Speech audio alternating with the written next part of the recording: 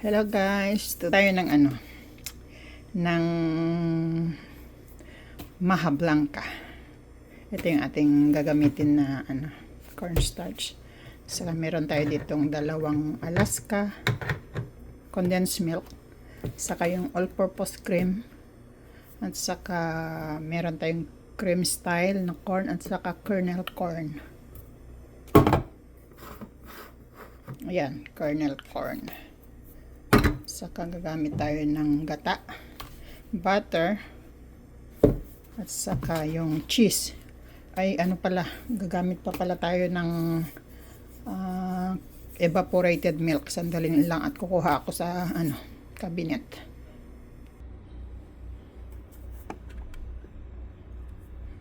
Wala yata tayong puro all-purpose cream. Na lang. Ito na lang, tapos lagyan natin siya ng fresh milk para magiging siya. Wala pala tayong stock na hirap talaga pag hindi ka makakapunta sa palengke. Ito na lang pala ang gagamitin natin, half and half cream. Tapos meron naman tayo doong whipping cream, kung heavy cream I should say, kung hindi ito magkakasya. Yan lang guys, umpisahan natin ang magluluto. Magbe-bake sana ako ng cake, kaso nga lang yung asawa ko, he did it in purpose. Yung mga yung mga stand mixer ko, yung mga food processor ko, mabibigat. Nilagay niya sa pinakababa ng ng cabinet para hindi ako makapagluto. Kaya ayan. At saka yung yung tawag nito, kakalimutan ko. At saka yung Thermomix ko pala, nasa baba lahat. Puro mabibigat yun, hindi ko mabuhat. Kaya hirap talaga. Hindi ako makakapagluto ng gusto kong lutuin. Pero masarap din ito. Yung ating creamy maha blanca. Ayan. Magluluto tayo mga kakusina. So, ang gagawin muna natin is mix natin itong ating cornstarch sa gatas cream. Bali 400 ito, 400 grams.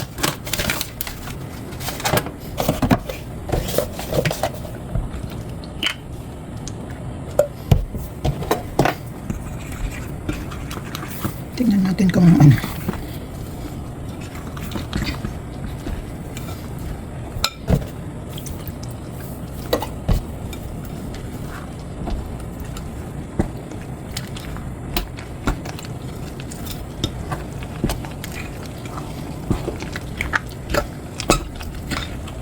crave kasi ako ng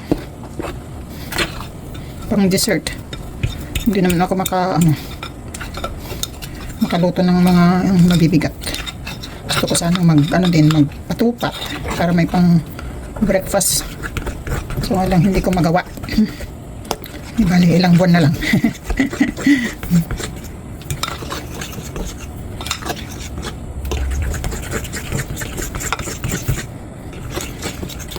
So okay na to. Set aside natin, saka tayo magpakulo ng niyog, gata ng niyog. Saka natin ilalagay yung mga ingredients. Tama na to. Set aside muna natin siya.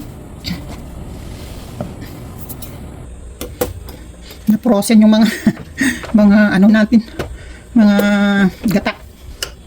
Muna natin para na-frozen sila mga kakusina dahil sa sobrang lamig. Kahit may heater sa loob, malamig pa rin. Sobrang lamig kasi ngayon dito sa amin, nagne-negative.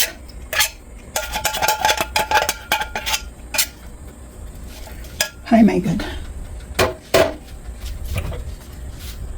tinuna ko na nga ito sa apoy, pero nabuo pa rin.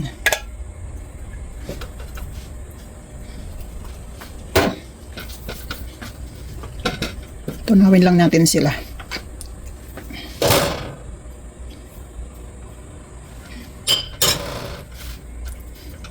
Kasi namuo talaga ang ating niyog. Parang hindi kasi yung paglulutuan natin mga kakusina.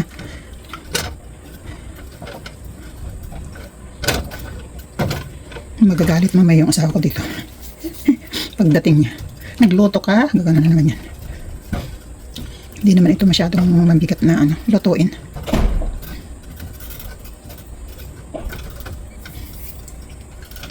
Talagang tumigas yung ating gata.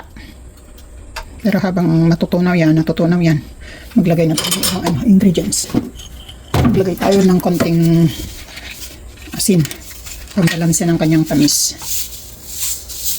Ayan.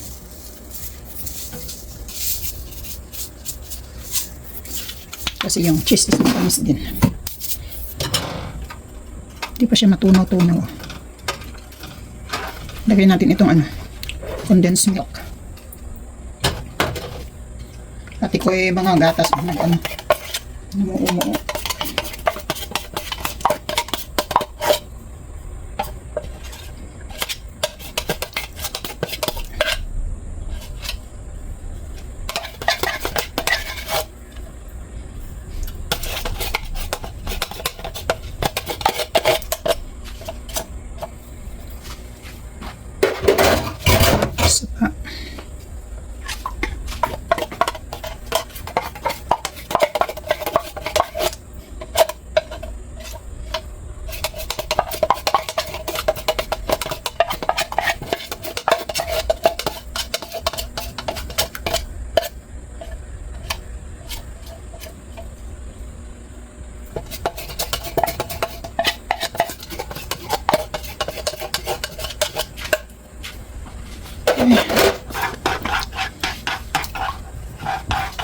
Saka ang ating all-purpose cream.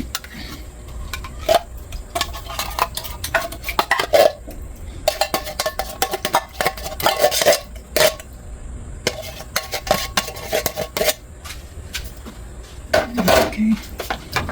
Parang hindi kasi yung ating paglulutuan.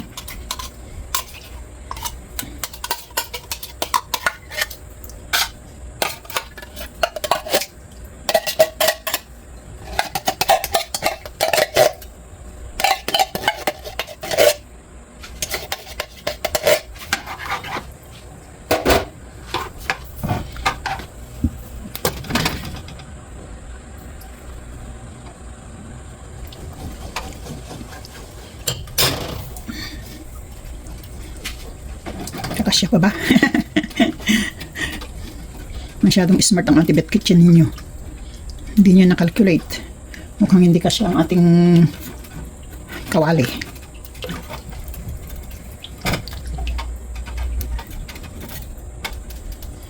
Lagay na rin natin yung ating corn.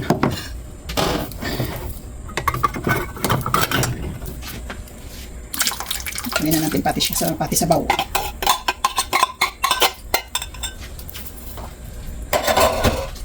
Saka ang ating cream corn. Hindi na nga talaga siguro sa kasya ito.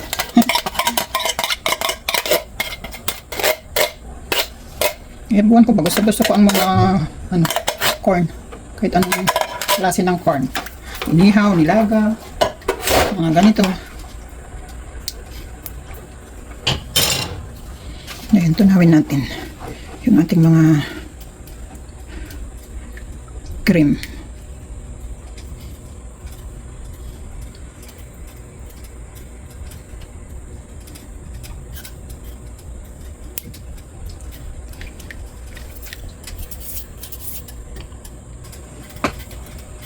Ngayon okay na to. I-lower natin yung apoy para hindi kaagad masunog yung ating mixture. Dahan-dahan natin ilagay yung ating cornstarch mixture. Sana magkasya kasi parang hindi naman talaga.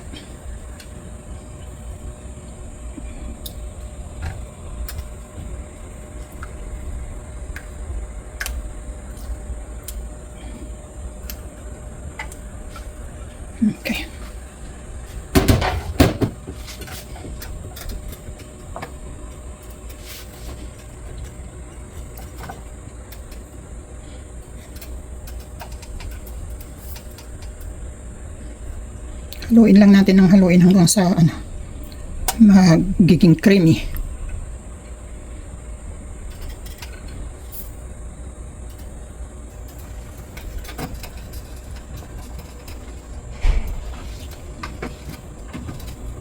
Creamy siya.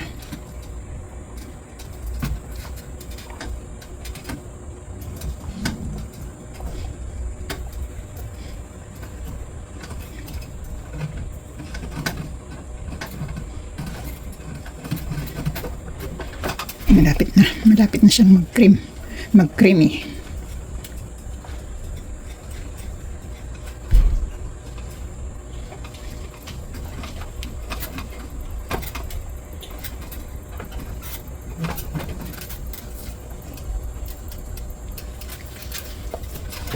Ito yung panghimagas na ano, kakanin na napakadaling lutuin.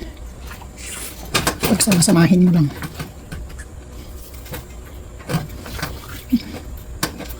Kung sa Pilipinas, ito yung masarap nito, yung ano, dudol. Sinasabi namin sa Cagayan na dudol. Yung siksik. Siksik ba yun? O yung ano ng nalagkit na mais. Yun ang ginagawa noon ng nanay ko. Masarap yun. Yung ano ng mais. Matawag nun, pagpag ba yun? Siksik pa na. Yan, malapit na siyang maluto. Lower na natin yung ating apoy para hindi tayo masunugan. Ito, tumatawag yung ate ko. Mamaya na lang. Sa group chat namin na magkakapatid.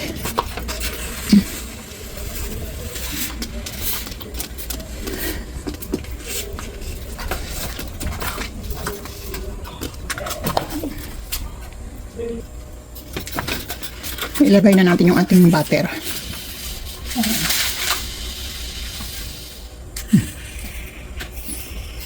Mga 1/4 cup lang na butter para mas lalong malinamnan.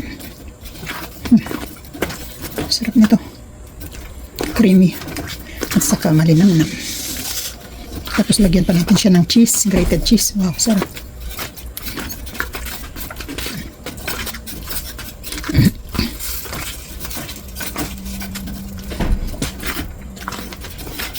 Hindi ko pa gustong magluto kasi nga lang yung asawa ko laging nagagalit pagka sasabihin ko magluluto ako.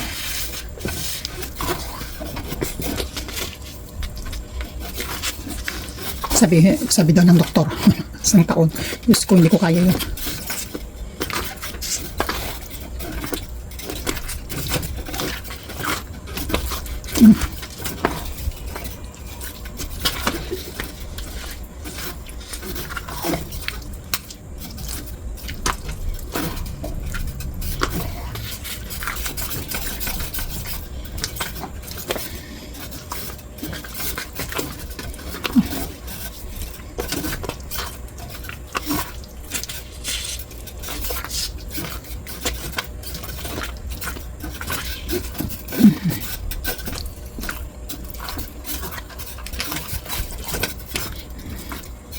Okay na to mga kakusina.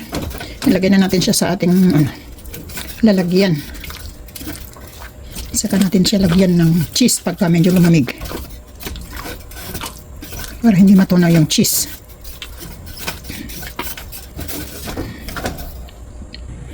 Ito na yung ating finished product. So gaggaran natin siya ng cheese pagka medyo malamig. Kasi mainit pa. Malamig na. Bigyan na natin siya ng cheese.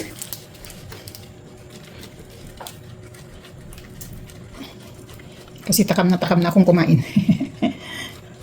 Yung isang tray ibigay natin sa mga kapatid ko. Tapos yung isa kainin namin ng asawa ko.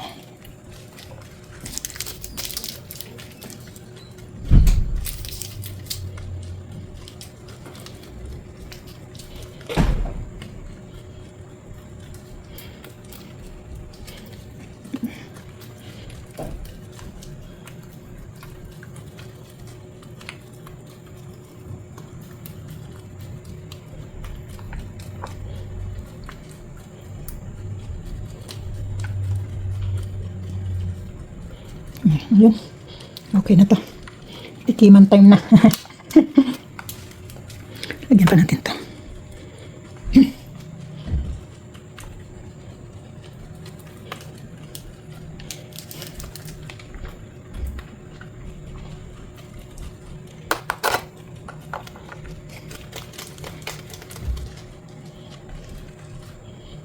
Okay. Masarap.